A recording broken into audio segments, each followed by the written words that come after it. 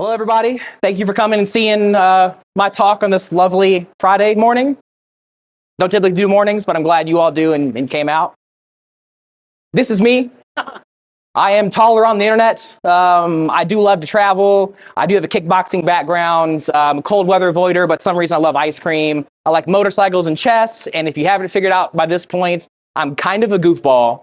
So please, at the end of this talk, if you like what I'm talking about, let's be friends. Let's chat over this stuff. I'm a consultant at Red Siege. I started IT in 2006. This was actually the last time I wore a suit, so they were like, hey, you need a professional slide. This is what we came up with. I came up as a network engineer. That's how I made my segue into network security and then eventually pen testing. I did go to college. I got some certifications. If you're interested in connecting with me, for those on the internet, you can find me on Twitter at Hackin Backpack.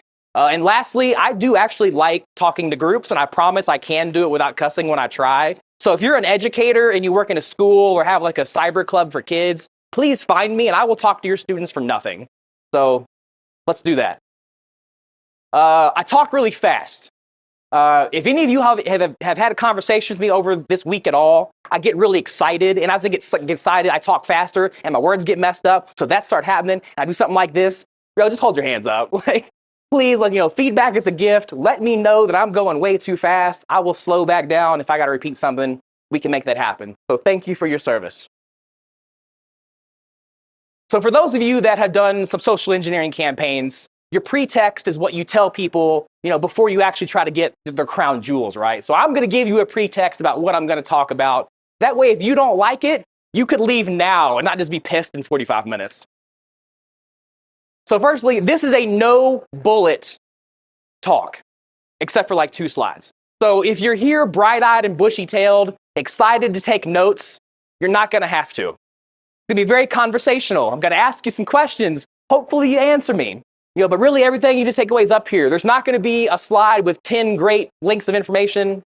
Okay, there is, but there's only one, but we'll get there. That being said, I'm going to tell you why. So for a lot of us, we know that InfoSec isn't exactly an entry-level position, right? And it took me a long time from once I realized that you could hack into computers for a living to actually get to that point. For me, it was like DerbyCon 2. And a friend took me to this conference, and I remember seeing people talk. I'm in the front row. I'm excited to be there. And I'm like, you do what for a living? That's awesome. How could I make that my life? And it became a multi-year journey to get from that excited person in the front row to be the excited person that gets to talk to you guys about it today. So that's why I wanted to do this. And I want to share 6 things that I've kind of learned in my journey in my first year as a pen tester that can help you all, skip some of those hoops that I had to work myself through. So we are Red Siege, and I put this slide here because when I talk about things like clients, Red Siege is a consulting firm.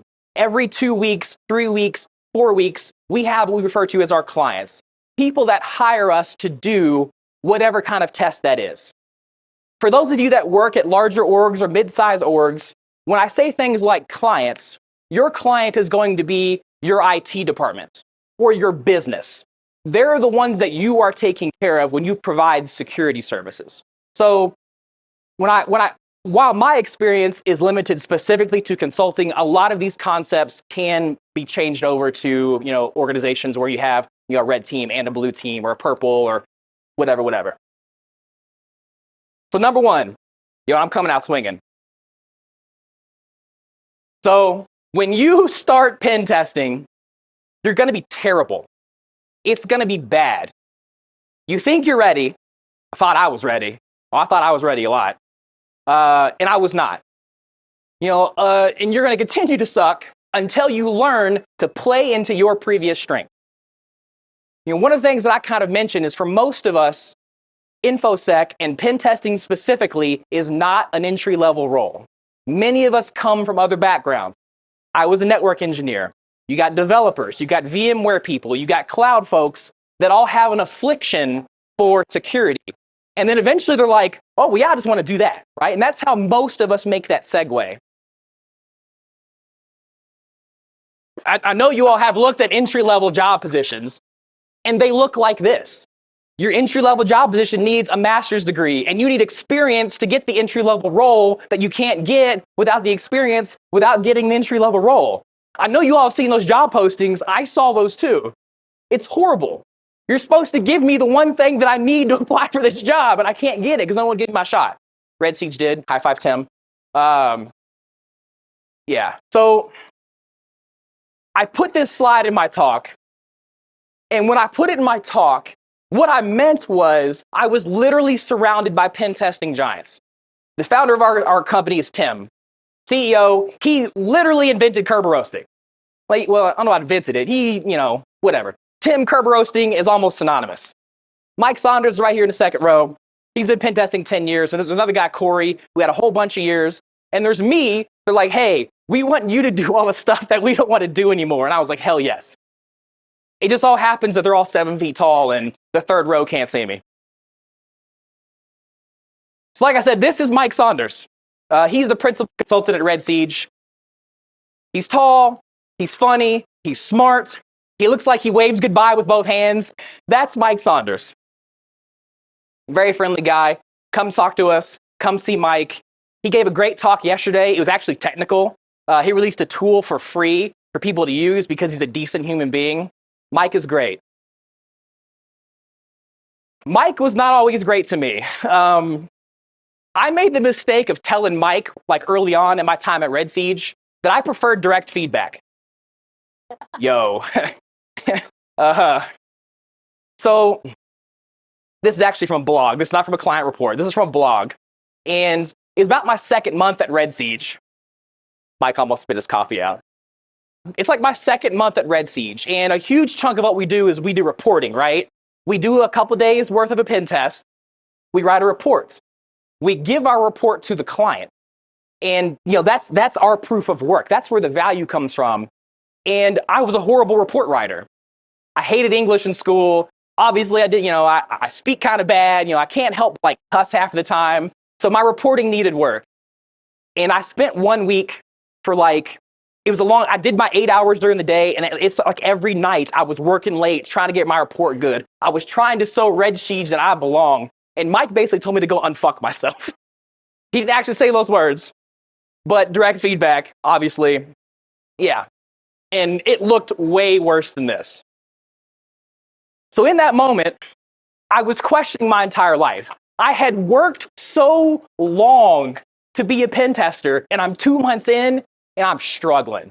I'm having like that Saturday morning cinnamon toast crunch, and I'm like looking at myself, and I can see my reflection in the milk, and like, do I belong here? Like, am I doing the right thing? Because Mike kind of stung me. We had to come back for that. Luckily, I knew it was part of the growth process. I give Mike shit for coming down on me, but I'm at a great team. I had got great feedback, a constant improvement. We live fast or die at Red Siege. I chose to live fast. They've supported me along the way. We've kept it going. This is actually not an accident. I just couldn't find a good screenshot to show what I was going to talk about. When we talk about that imposter syndrome, even your talking heads, your big names that you see on the internet, right? Like, they talk about imposter syndrome. Like, why am I bad? I'm so bad. Everyone's like, no, you're so smart. I'm going to tell you why that is. What was supposed to go here was a screenshot of my Evernote notebook, but I couldn't frame it right. My first year in pen testing, after a couple months, I had like a shit to learn category. There was 20 things on it. I'm like, I can learn these 20 things and I will finally be good at pen testing. 2 years later, you know how many things are on that list? Like 400. Because every time I learned something new, I realized I knew way less than what I thought. As I've continued to grow, it just opened my eyes to things that I had no idea even existed. Like Windows API calls, I didn't even know it was a thing until like 6 months ago. As I'm learning to do things like bypass AV and EDR. That's where imposter syndrome comes from. So, Mike, because I already called you out, I need you to validate me real quick. Mike, how long have you been a pen tester? Mike has been a pen tester for 10 years. Rate yourself on a scale of 1 to 10. He says he's like a 5. Mike's not a 5. He's a 5.5, right? Mike's a 5. Has anybody else been a pen tester for a long time? Anybody else out here? Any experience? Oh man, that really ruins my next joke. Okay, but Mike helped me out, right? Because he's been doing this 10 years and he rated himself as a 5. If Mike was ever a 10, if Mike was a 10 in 2019 and Mike quit learning, in 2023, Mike is actually back to a 5 because our industry changes all the time. So imposter syndrome is very real in the sense that you are never going to learn everything that you need to do to be good at your job all the time. That's why we specialize. That's why we've got people that focus on web apps, people that focus on network. You got cloud experts, you got IoT people. No one's doing all of those things well. You for real cannot do it. That being said, there are some instances where, like us as new people, you know, we can still add value, you know? And so to be honest, like Justin Paul, if you watch this talk, you said this over voice and I screenshotted you showing that you said this. But sometimes like these are things that we find in environments, you know, clients are new. Blue teaming is hard. It's easy for us as red teamers to be like, hey, you've made all these simple mistakes, but they're not simple mistakes. It's easy for us as a red teamer to be like, hey, I'm finding stuff on shared drives. You should go clean that up, dummy. Right? But that's not how that works because they've probably got 10,000 shared drives and they've got 700 other things to do. And they've got all these things that they've got to pick up and try before they can even get to that. So as a new person, you can still provide value, but you got to play to your strengths in order to get there. Another screenshot I took off Google. For those of you that don't know, in CVE numbers, the first 4 numbers, there's a light, right? I don't know where the button is. There it is. The first 4 letters in a CVE is the year that it was found. Those of you that don't know, MS-17, WannaCry, came out in 2017. This happened to me on a pen test about 1.5 years ago. Obviously, not a screenshot from our client environment. We don't do that. This is something I pulled off Google. So I'm 4 hours in on one of my first internal pen tests. And I'm scanning the network, you know, my in-map is done, and this gets a return. Like, no. This can't be real. This can't be real. So I pull up Metasploit because that's what we learn is Metasploit, and I pull out the module, I execute the module, I have a shell. Okay, this is a dream. I'm 4 hours in on a pen test. Let's enumerate this box. It's a domain controller. The domain controller hadn't been updated since 2017. I'm 4 hours in on a Monday on a test, and I've got domain admin. You couldn't tell me shit that day. Mike made me cry one day. I was crying happy tears this day. You know, it was a whole other. So yeah, there are ways of improving. And luckily, you know, like I said, this company had never been pen tested before. They had an MSSP, very difficult situation. That's why they hired us. We could add this value because I found this. If a ransomware actor had found this, game over, right? So number 2, for every great story that a pen tester tells you, there are hours and hours and hours of boring stuff in between. This doesn't work.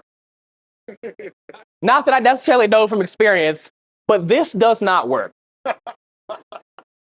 That being said, we as pen testers, we sell it as like this super sexy environment, right? Like we tell all these great stories. Oh, my domain admin in 4 hours. Oh, I got these creds. Oh, I wrote this really cool Vone. You know, love me for who I am as a person, right? And I blame this stuff. I remember seeing Hackers when I was like 13 years old, and I decided that day that I was going to be Dade Murphy. He's also like 1.5 feet taller than me. That dream died real quick. That being said, you know, I thought hacking was this magical thing of we're flying through towers of data with electric bolts, and there's a guy on the other side with a weird ponytail trying to shut me down. That's not how it is. My life consists of green text on black background and slamming my face on my keyboard for like 8 hours a day. That being said, I got a story. So my favorite recent story is I officially became a bank robber. We had an engagement where a client wanted to know if the customer service processes that they had in place would stop people from being able to exfiltrate money, actual money. So our owner, Tim Medine, actually opened a bank account with the company, and he put some money in it. 3 weeks later, I got that money. Only using his name and address, information that I could find just Googling on the internet. It's a great story. I'm a bank robber. You couldn't tell me shit that whole day. Mike, I'm sorry, I clocked out like 1 o'clock in the afternoon. I was done. But the part that I'm not going to tell when I'm like sitting around the campfire telling stories to my grandkids, whoop, on spot, is like the 17 hours that I was on hold waiting for the customer service line to pick up the phone. The time where I was like, yeah, I'm Tim Medine. Yeah, last four of my social, 6555. And she was like, that's not true. I don't believe you. I'm like, oh, have a good day, right? Like the struggles to get to the cool stories are the parts that we leave out as pen testers. It's really great to write a new cool new vuln and talk about it for 45 minutes. It's not really cool to talk about all the Saturday nights that you gave up with wives and kids and friends staring at your computer because, I don't know, you weren't hugged enough as a child. Who knows, right? So we come back to Mike Saunders, right? Smart dude. Mike's on a red team. Apex defender. Mike is on it for about a week and a half. Mike's got nowhere. Not because Mike's not smart. Mike is smart. Apex defender. Shut him down all across the board. There's nowhere that he could go. We're talking in team chat, and he's like, Jason, maybe we should make some phone calls. Okay, sure, whatever. Like, I don't know what the fuck I'm doing. Let's go, right? I get on the phone. I call their help desk. 15 minutes later, I've got credentials. Someone has reset my password because I lied to their phone faces and said I was who I was. I was able to shift these credentials over to Mike. Mike was able to continue on the engagement and continue to cause havoc. We worked together. As I was talking about my first point, I found out what I was good at. Turns out, I might be 5.5 feet tall. I'm hella extroverted. I can make these calls. I can get information out. Mike, great pen tester, super smart. He probably chokes up when he makes these calls. Like, Mike Saunders, right? Like, we laugh, but he knows his strengths and weaknesses. I found my strengths and weaknesses, and because of that, I've been able to contribute very heavily to some Red Seas engagements over the last 2 years. So ultimately, when you come from your backgrounds, if you're a developer, make us some cool tools. If you're a networking person, figure out how to VLAN hop. Let's avoid some network segmentation. You can contribute with your past experience, no matter what it is. Focus on that as you begin your InfoSec career. Mike went back to happy once he got credentials. He could keep rolling. So number 3, reporting is important, and writing it does not have to be awful. And you got to be good at it. When I meet other pen testers, our common sort of ground is we can complain about reporting. I don't hate it. But as I've learned, typically when someone's like, I hate reporting, it's the bane of my existence as a pen tester, it's terrible. I'm like, hey, do you report as you go along? Or do you do your whole report at the end? And almost always, the answer is I do my report at the end. Bro, I can't remember what I did when I woke up this morning. You're trying to remember some exploit you popped on a Tuesday? No wonder, man. Like, you are making it hard on yourself. Guy for Black Hills, BB King, awesome dude. He's around here somewhere. If you take one piece of homework away from this talk, go watch this. After Mike, royally hurt my feelings for about 4 hours, they sent me this talk, right? And this changed how I do my reporting. And this talk goes through all of the ways that you can make a good report. What a good screenshot looks like, how to provide value to your clients. Because ultimately, that we hack and we tell stories of cool exploits to each other because they're fun and they laugh and we grow. But how we make money is by giving a report to a client that gives them actionable data that they can use to improve their environment. And that's the most grown-up thing I've ever said. So for those of you that are interested in pen testing, we're going to say this together. We're going to go 1, 2, 3, and then we're going to say it. I will write my report as I go. Everybody ready? 1, 2, 3. I will write my report as I go. Congratulations, Mike Saunders will not make you cry. And really, we write that report, we hand it over, and then, Molly, our project manager, gets to send him a bill, and that's how we get paid. But it's worth more than that. So what happens if you're on a pen test, it's midway during the week, and you win the lottery and decide you want to quit your job? How does a tester come back behind you and pick up afterwards if you're not reporting as you go? What happens if you find something in a client environment and you write up a finding for it, and then on Friday when you go to grab that screenshot, you can't get to that box anymore? What if your implant that you've got on their site goes down? What are you going to do? If you don't put what you do in the report, It never happens. We have to be good at reporting. If you are starting now, work on your writing, because if you're going to be a pen tester, you've got to. If you have no idea what a pen test report looks like, yeah, obviously, conveniently, we have one, right? redsiege.com/sample. And you can view what a sample report looks like that we give to our client. But I grab some screenshots anyways, because, well, why not, right? So we always start off with something like an executive summary. This is something that's written at a very high level. This is what C-levels read. This is the first 2 pages. An average pen test report that we do might be 200 pages. No one that's above an engineer level is going to read that unless they just hate themselves, right? So starts off executive summary, high level, important stuff that we found. We include findings, valuable screenshots. What systems did we find it on? We make it all grammatically cool and easy to read and follow. And there's validation steps that we put below this in case they want to try to repeat it on their own. We had a whole methodology. If you try 10 things on a test and none of them work, you better still put them all in the report. Otherwise, it's going to be Friday, and that client's going to be like, what the hell did you do all week? Well, turns out here's a 75-page methodology of all the ways that you did very good. High five. There is more than Red Siege samples, though. I don't know how to pronounce this person's name, but thank you for your service if you happen to watch this talk. He put together a list of probably 50 different pen test reports. I see people pulling out. This is actually a good one to take a photo of, so grab that. Go look at some of these. Get a hang of what it's like to write a good pen test report. If you're a defender and you're looking at hiring a pen test company, look at some of these reports and see which ones actually have some good value. Use that when you're trying to figure out your decision making, because you can have the best hacker on the planet tear through your environment, but if he can't tell you what to do and how to fix it and what they found in a way that's easy for you to digest, it's worthless to you.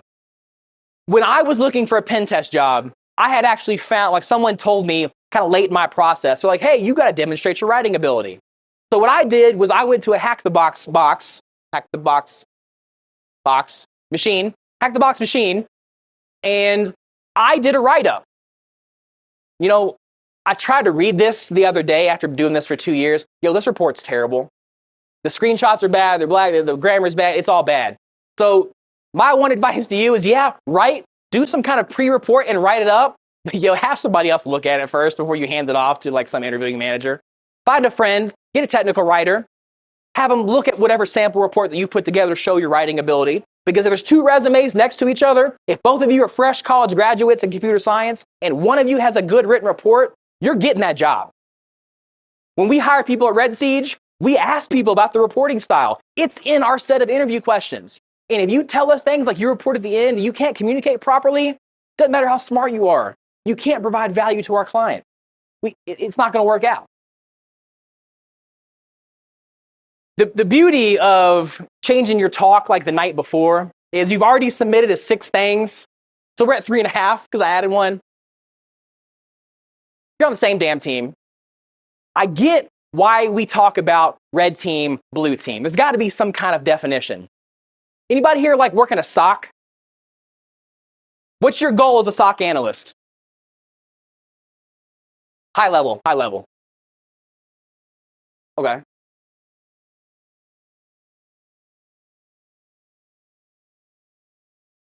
Okay.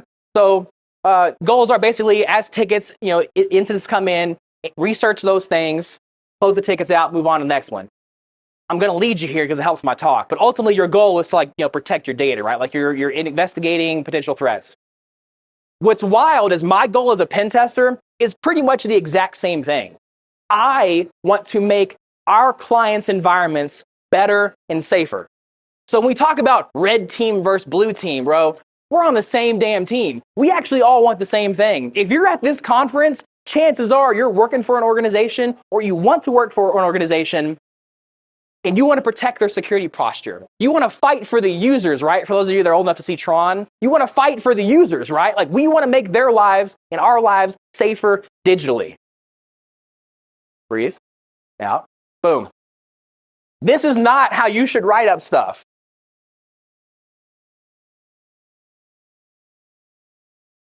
Yeah, don't do this. Because it's easy for us as red teamers, right? To, especially when we get in circles, to be like, oh, our dumb clients. We never do that red siege reply to everybody. Trust me. But no, like it's easy to point out flaws in someone else's systems. But you know what? I looked up like blue team requirements, and I found this chart.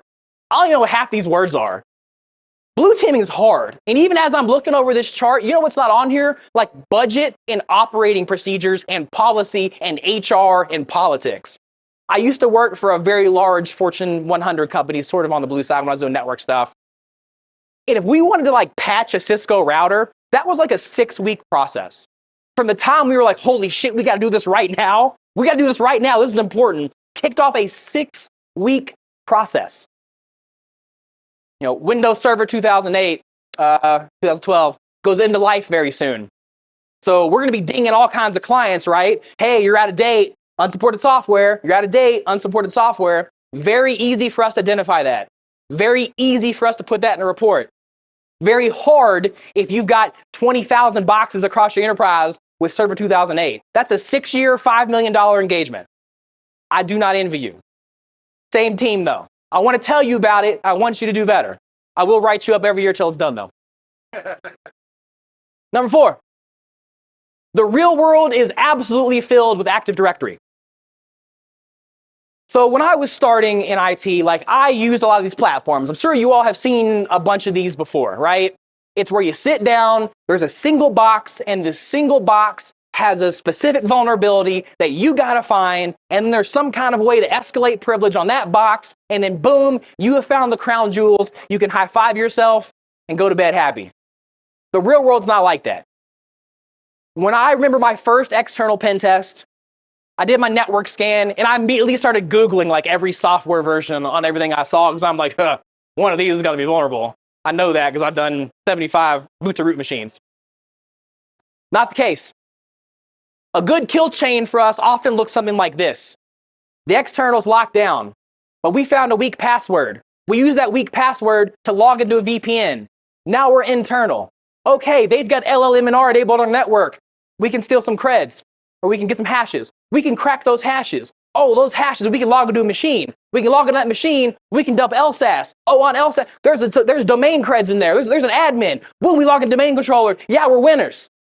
That requires 19 different techniques across 19 different machines. The real world is built on Active Directory. So if you are trying to be a pen tester, you got to learn those skills. Don't get stuck in boot to root VMs. Not that they're not great, not that they're not valuable, and not that these aren't improving every day. I mean, even Hack the Box has like Active Directory labs now. We're getting better as an industry. We're teaching better. We're training better. We're teaching for real world scenarios. But you got to know that stuff. There are 2 slides that look, I know I said no bullets. There are 2 slides that look like this.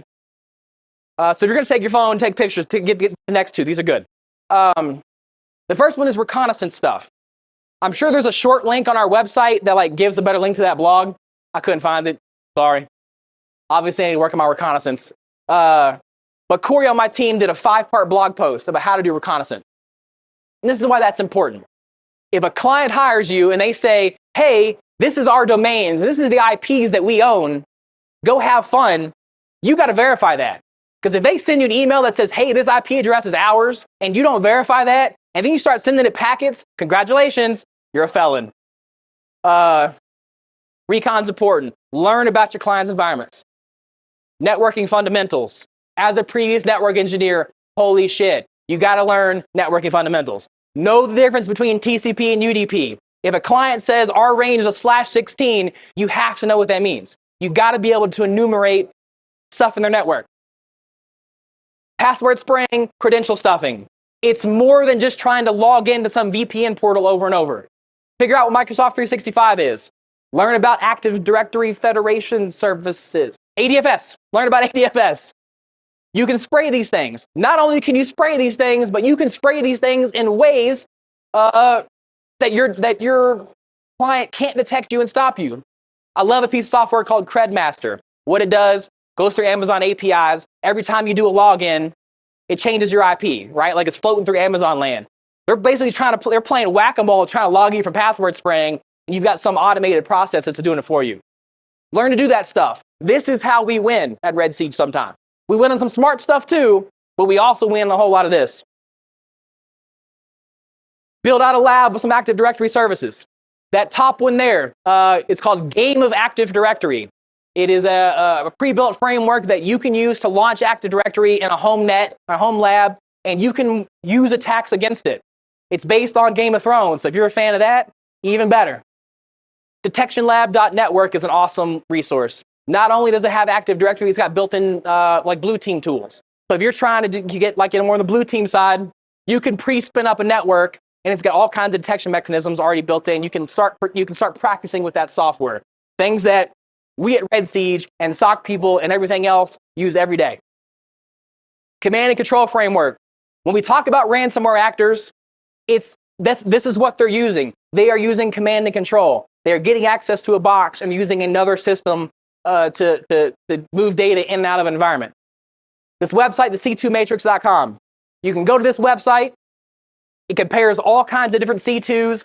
Play with a couple of them. It tells you which ones are free. Pro tip, the real world uses Cobalt Strike. It's like $7,000 a license. You ain't got to do all that. Get you something basic, get to practicing. Turbo roasting, golden ticket, silver tickets. These are ways that we win. These are network Active Directory based attacks. If you can get on Hack the Box or whatever, and they have labs for this stuff, do it. It's invaluable. And if someone had looked me in the face and told me this list of things, my journey would have been way easier. On my interview, I'd have done way better when they were asking me questions. Check my time. Let's see how I'm doing. 31 minutes. I feel good. All right. Number 5. You have a time limit and lots of rules. A lot of us are naturally attracted to hacking because, fuck the man, right? Like, we like breaking things. We like circumventing procedures. We like making things work in ways that they were not designed to work because it gives us some kind of advantage. Give you an example. Okay, let's do it now. So before I dive into this, everybody's got a chair. Look under your chair for me. There's got to be something down here. Keep going. Yeah? You know what you found? Not shit. You know why? I didn't put anything there. Nobody told me I couldn't do that during my talk, so I did it. That being said, we are operating in client environment. They have rules. I remember having a talk, or had a conversation. His name's Kevin Johnson. He owns Secure Ideas. They're another pen testing firm. Kevin Johnson denies that he said this, but I'm still going to quote him on it forever. Kevin Johnson says, what makes a really good pen tester is the amount of time between access and then becoming an expert in your client's environment. What makes a great pen tester is, I've seen this web app 75 times before. I know how this logic works. So 2 hours in, you've got it mapped, and now you can start breaking stuff. If it takes you 4 days to figure out base functionality on a 5-day test, you're not getting very far. So thank you, Kevin Johnson, for either saying or not saying that. So pop quiz. Let's say you've got 2 different scenarios, right? You can either get domain admin via some ODay that you wrote by yourself, and it leads to access of customer payment information. You found crown jewels, but you spent 4 days of your 5-day test on that. Or you did a very thorough sweep of your client environment. You touched over 10,000 endpoints, but you only found low and medium risk finding. Which one does your client prefer? Raise the hands. Which one are you thinking? Thorough sweep? Which one do you think? Thorough sweep? The left, you think they prefer the ODay on domain admin? Mike? Did you ask them what you wanted you to do? That's the kicker. So really, I said, placed in my talk, trick question, there is no right answer. What we do for our clients, whether your client is an external company that hired you or your client is your business, is you have these conversations, open dialogue. I know as tech people, we're not supposed to like talking to each other, but having a conversation with a technical person on your client side and say, hey, what are your pain points? How can I provide you maximum business value? Because maybe they're really interested in this. Maybe they've already had 2 other companies come through before Red Siege and do that sweep and clean up that low-level fruit.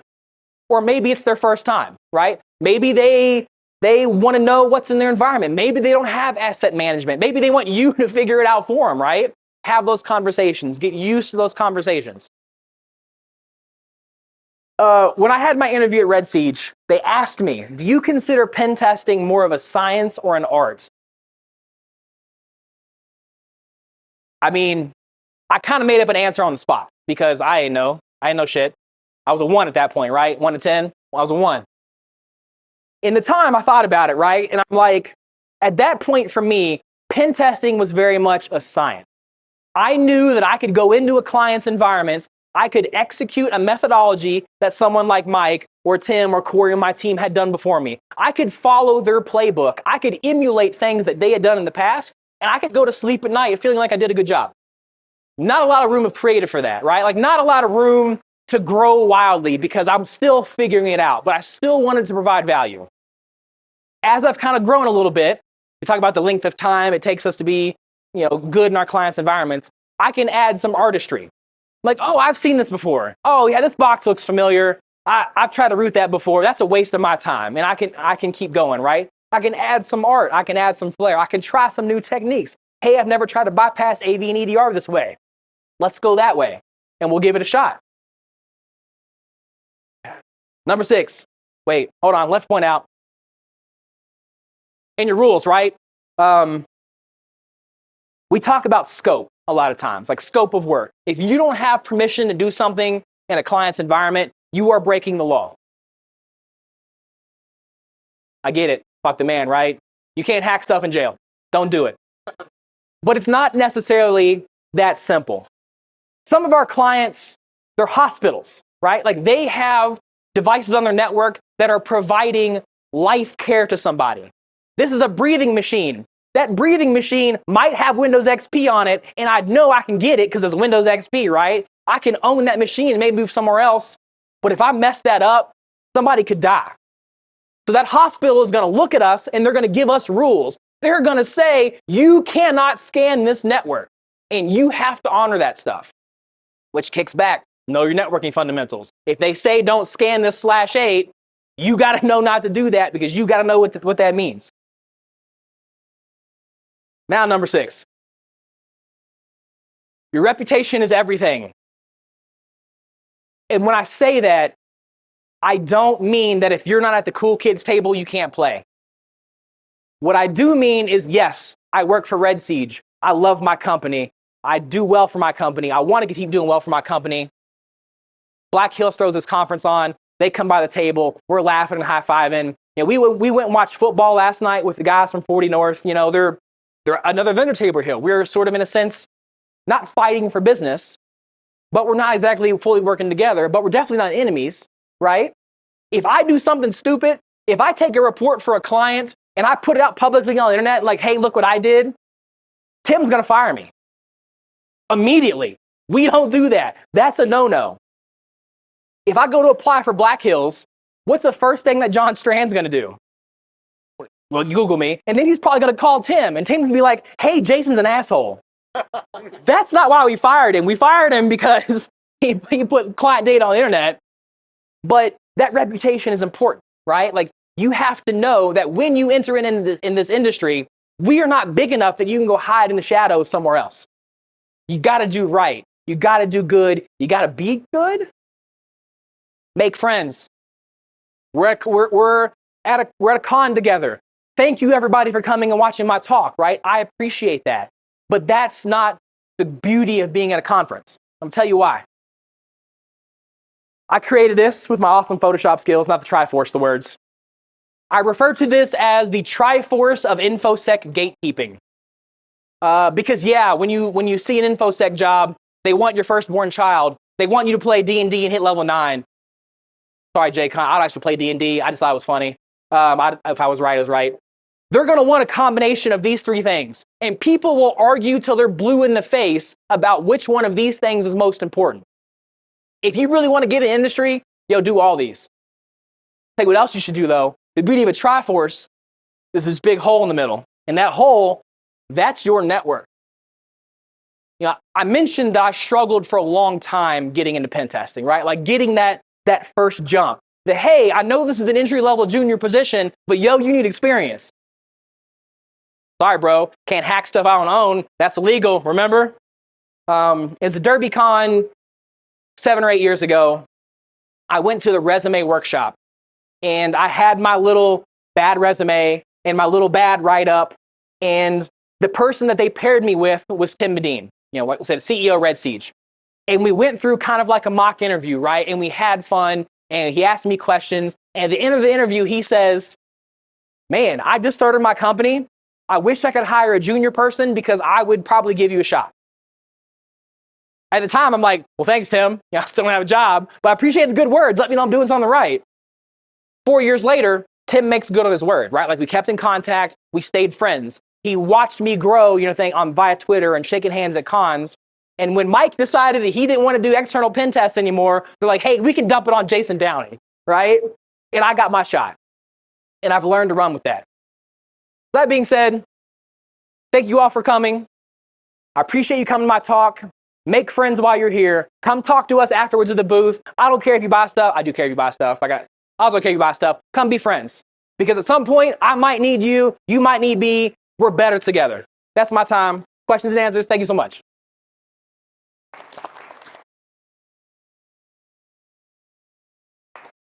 Hey, that was 40 minutes. I crushed that. I was like, I'm going to be done in 15 minutes and be screwed. No, we'll be good. Yeah, but really, questions about any of that? Go.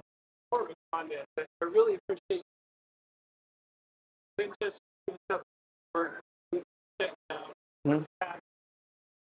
Yep. That means a lot. Yep. Yeah. So what he said, he appreciated that I mentioned that in our reports we put that when we get shut down. Essentially, we're kind of like throwing kudos to the blue team, to the defenders, to the client, and that does two things. Number one, it covers my ass if at the end of a test I've got no findings. Right? They're like, what did you do for 2 weeks? Hey, here's 170 pages of screenshots of things that I did. But also, it gives blue teams internal props. Just because while finding things on a pen test is fun and exciting, the goal is for there to never be any finding, right? And if there's no findings on a pen test, that blue team or that SOC or that whoever, right, they can go to their leadership and be like, hey, we're doing a good job. It gives them that value and it gives them that visibility that sometimes they don't get. So you're welcome. Thank you for that. Anything else?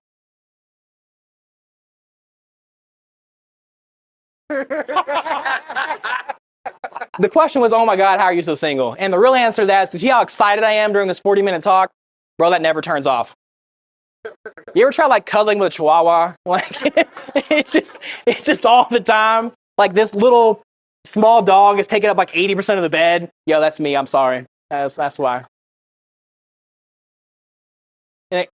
No virtual questions? No virtual questions. Follow-up question for you, though. Sure. I recall last year you were sharing on Twitter how you were trying to work with taking screenshots with colors that were friendly to colorblind people. How has that gone for you? Has it been successful? Do you still do that?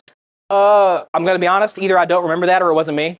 But that being said, so what we do, one of the things that we do at Red Siege to help prevent that, right, is we add alternate text to all of our photos, right, where someone can hover over what a screenshot is and pops up, right? And that's to help like visually impaired. And so we do have a solution for that we try, and others should too, but I don't think that was me. Anything else?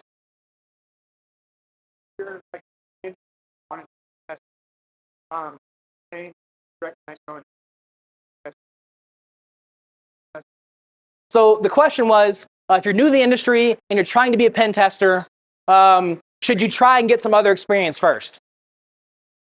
The short answer is no, bro. Like, you can get that first job, get it and run with it. But everything that I learned in my time as a network engineer and network security stuff directly applies to what I do every day. Because as pen testers, we break things. Our goal is to break stuff. And the best way to know how to break something is to know how it works. And in these sysadmin roles, in these network roles, in these developer roles, we learn how things work. And once we learn how they work, we can circumvent it.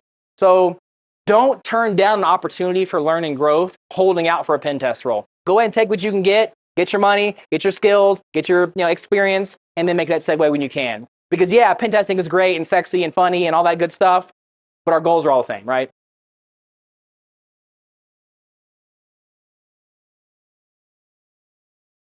I can't hear you. I'm sorry. A little louder. Uh-huh.